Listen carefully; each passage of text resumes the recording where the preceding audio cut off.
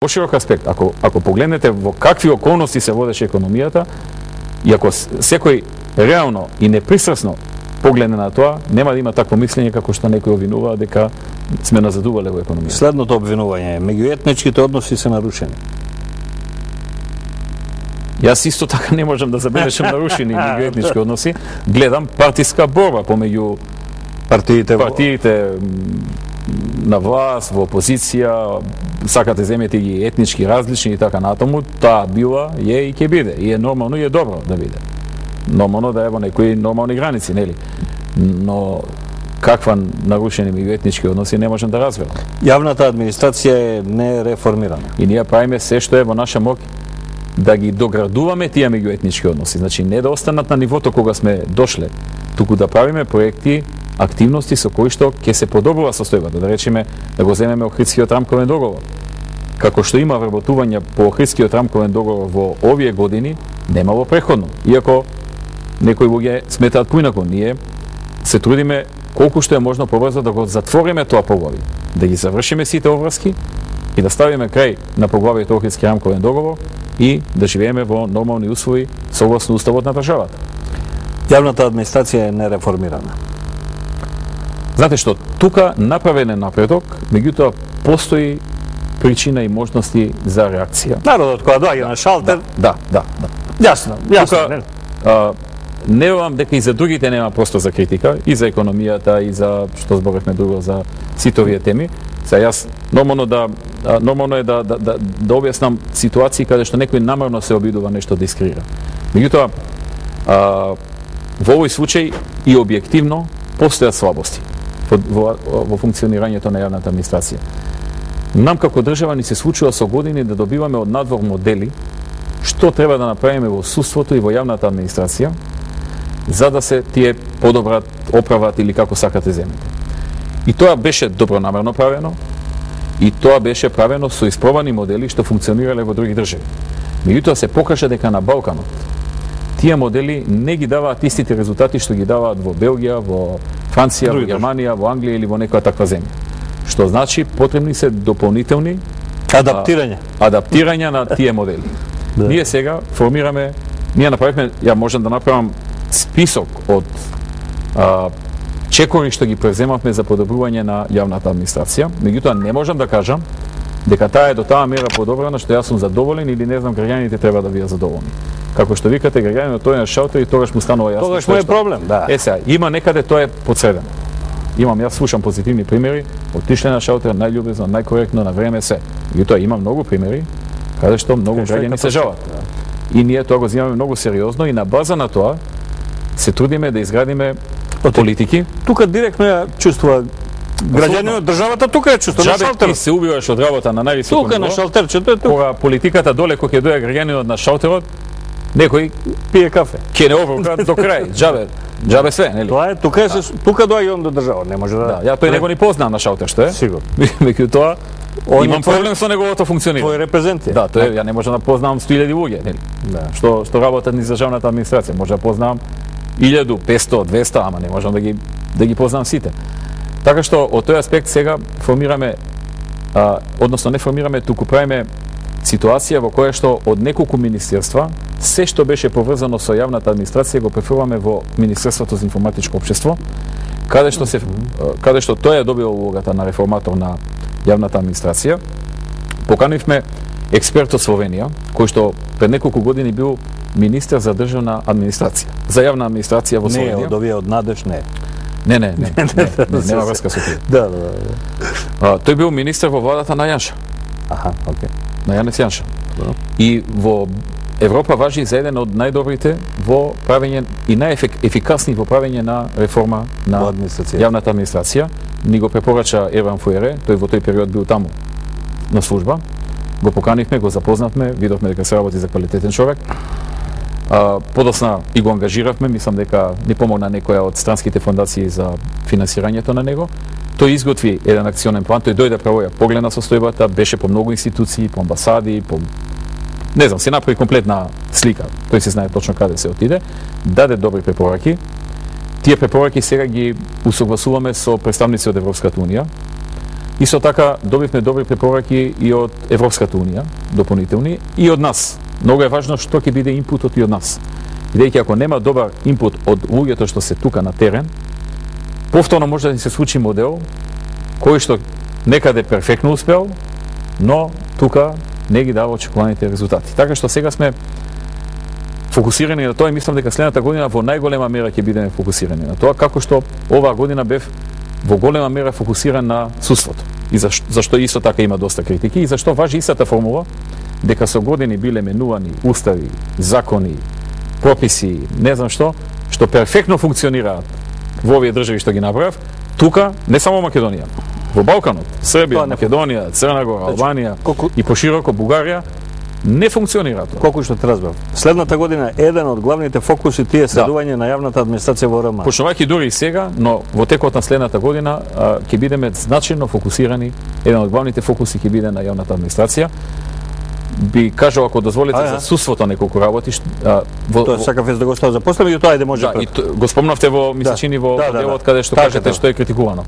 Така. Судството со право исто така беше критикувано, иако се вршеа некои промени во меѓувреме. Меѓутоа, во изминатите неколку месеци во парламентот имаше закони кои што за среќа поминаа, имаше дел од нив двотретински со Бадентер и така натаму, поминаа и сега треба постепено да стапат на сила. Дел наскоро, од нова година, дел 2011, 12, дури некои 2013, бидејќи така налага околностите. Имаше многу отпори.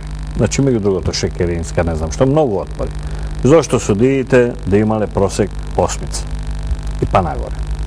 Зошто судиите да знаеле минимум 2 јазика, од кој еден и тоа добро, со TOEFL испит, од кој најмалку едниот сигурно да е англиски.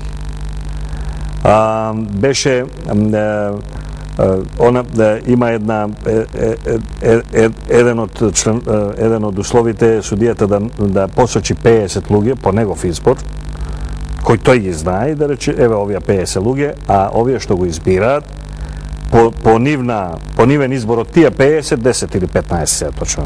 Не го знам да викнат 10-15 да дадат оценка за човек. Значи човек може да најде 5-6 души кои мислат добро за него, ама после 7-миот, 8-миот или 20-тиот? Па, после 20-тиот е проблем. Не е баш многу сигурен дека му се бетон. Дека му се, да. И, значи, сега тоа беше наречено бошевизам. Јас му пишувам на Горас Расокпија на Колумбија универзитет, кој па ми кажуваше дека он за да биде избран на Колумбија универзитет за професор, морал да предложи 15 кои не се од тој факултет, а кои се во истата струка ни светот, а да се валидни.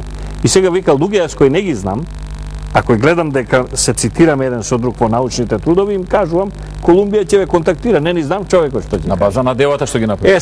Сега го прашувам, да, на база на тоа што го направи, го прашувам, вие сте исто така большевици таму у Њујорк, у Колумбија универзитет, и ми прати еден така подлог текст околу тоа. Де факто ова е иста формула, ова применетата. Значи, и сега тоа најде на многу отпор. Зошто отпор? Вие сега зборувате за еден од законите. За еден, законот за ама тој така ми е Академија на судии и обвинители. Да. Тоа е оние што сакаат во иднина да станат судии и обвинители. Таму направивме приемниот испит да биде составен од повеќе работи за да те примат на академијата. Бидејќи ако те примат и ако завршиш, после сигурно станува судија или обвинител. Тоа е веќе завршена работа. Тоа академија така и Анета ова. А не ја знам која води, не знам навистина. Иста гимназија заврши, фина. Можеби. Ние направивме вака. Секој што сака да се кандидира за судија, прво мора да положи стручен тест. Стручен тест. Тоа е основното. Тоа е правосуден испит или плюс? Не, плюс. Стручен испит има таму. Да. Академијата си го спроведува испит. Така. Второ, мора да има познавање на англиски и тоа да го докаже со диплома, но не било која диплома. Не од курс. Туку од во законот наведени 5 меѓународни дипломи и пишува колкав степен треба да знае. Значи, например, TOEFL не е си положил си паднал, туку има бодови. Пишува колку бодови. Бодовите се направени за толку бодови да имаш, луѓе со такво знаење знаат да се разберат и да разберат. Значи, ние не бараме да бидат они професори да. По англиски јазик, преведувачи. Бараме, кои ќе отидат на семинари, гостувања во други држави, да знаат да се изразат и да знаат да разберат што им говорат. Мислам дека тоа е елементарно. Има многу повисоки нивоото, но ова е минимум за да може да се разберат и да читат литература, стручна литература.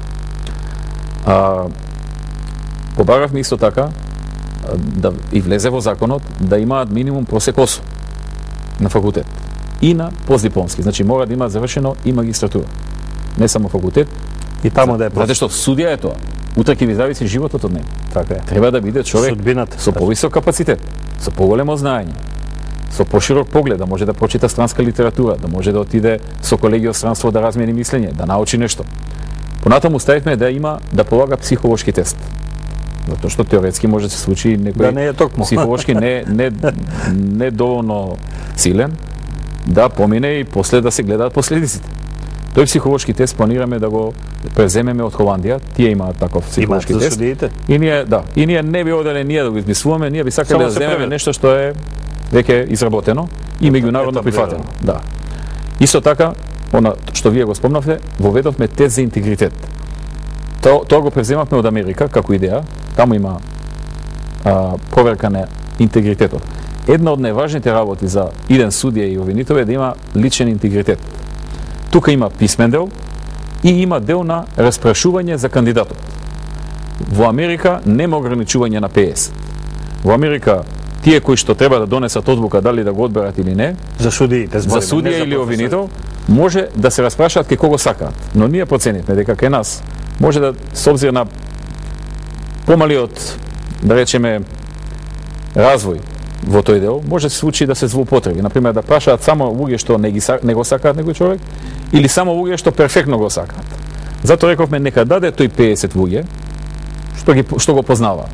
Кој сака, само да не се роднени до второ колено, или и така некако е опишано во законот, нека одбере 50 луѓе што го познаваат подолго од 3 години, нека го даде списокот, комисијата ќе одбере 15 од нив, по случајен избор, од тие што он ги дал, и со нив ќе се распраша за интегритетот на кандидатот, неговиот живот во минатото, како се однесувал, дали правил крупни проблеми, дали бил чесен, дали сите оние работи кои што го сочинуваат еден интегритет на една личност и врз база на тие укажувања ќе дадат оценка за кандидатот.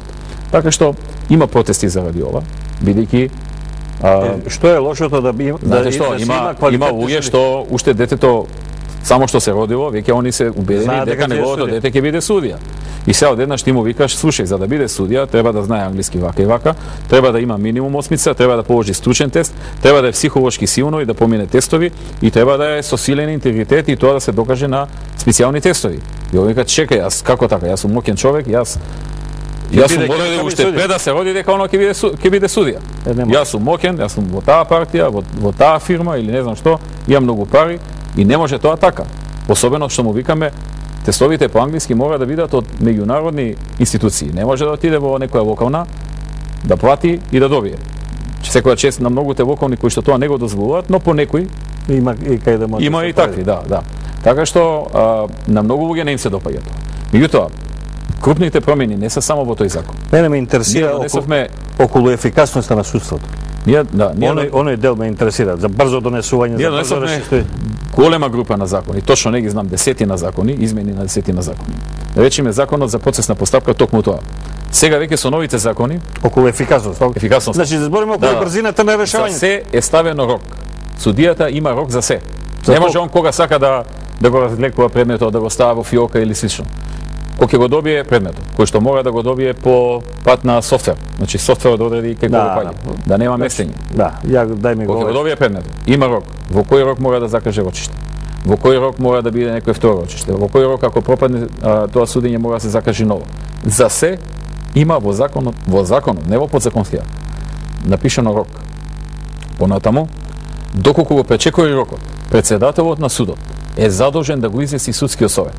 И судскиот совет да го повика на разговор судијата Што и да прави? изврши контрола зошто се пречекоруваат роковите. И да изречи казна доколку тоа е свесно, намерно и така натаму, односно ако е од субјективен карактер. Доколку председателот на судот, согласно законот, не го извести судскиот совет, а судскиот совет дознае на друг начин, тогаш председателот на судот се наоѓа на тапет на судскиот совет и тој може да биде разрешен. Исто така, судскиот совет е задолжен да секој месец најмалку еднаш држи седница и таа да биде отворена за јавност и за медиумите, на која што ќе ги читаат и ќе ги разредуваат сите поплаки од граѓаните. Значи не може веќе се жали